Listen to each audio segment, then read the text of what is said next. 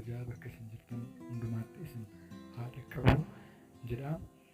Hordoftoonni haaraan yeroo jalqabaatiif chaanalii koo kana galtan subscribe, like and share gochuu hin dagatinaa.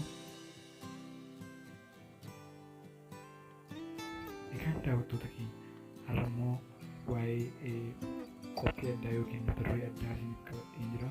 Innis akkuma amma iskiriinii irratti isinitti mul'achuuf deemu kana waa'ee dhaabbata FIAS jedhu kanaati.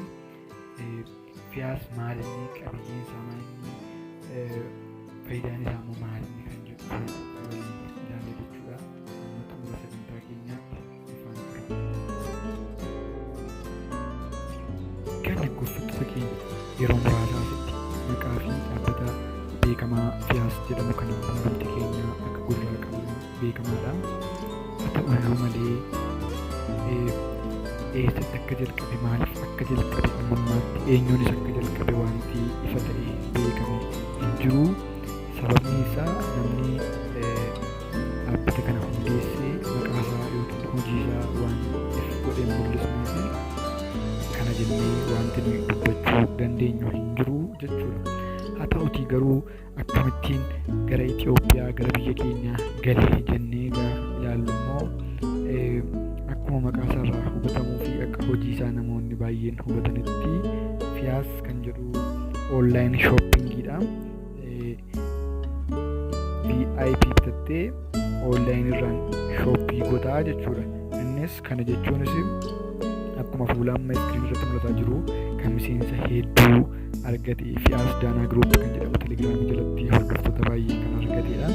Haa ta'uyyuu malee VIP very important person kan jedhamu birrii 1,000 kaatee bitattee ergasii booddee dhaabbattoota bebbeekamoo addunyaa kanaa advertise gootaa jechuudha. Akka yaada isaaniitti kunneen amma iskiriinii irratti mul'atan kunis giruuppicha jala kan jiranii meembarii giruuppichi qabu yookiin chaanaliin sun qabudha jechuudha. Akkuma achirraa mul'atu kunoo namoota baay'eetu irra jira jechuudha.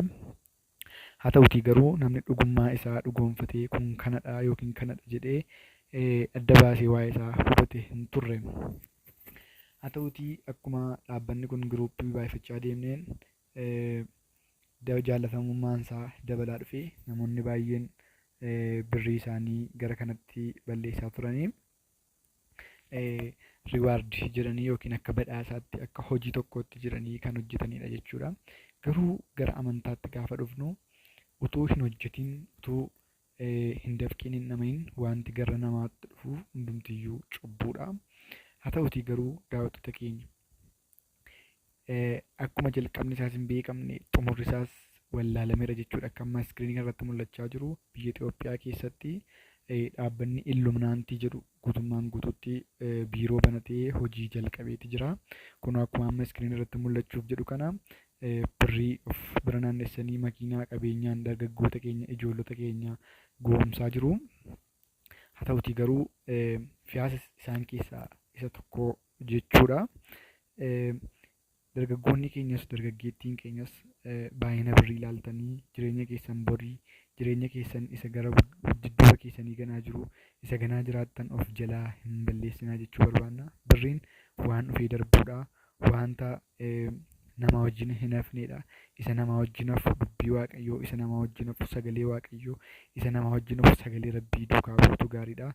Kun akkuma suuraarraa mul'atu jaallatamtoota guddaa argateeti jira jechuudha.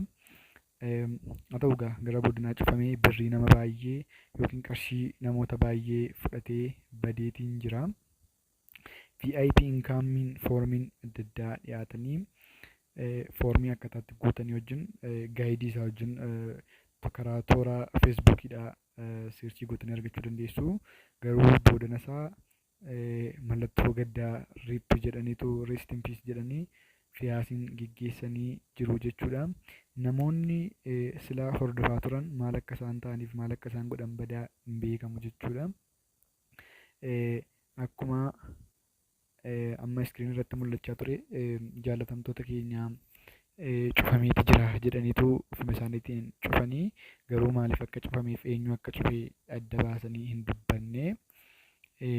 Kanaafiyyuu daawwattoota keenya wanta hojjennuuf wanta goonu hundumaa keessa ragaa qabatamaaf qabiyyee qabatamaan ala seenuun miidhama guddaa waan nutti fiduuf adaraa keessan waanuma agartan online shoppingii ta'e kamiyyuu keessa galuuf hin jarjarina.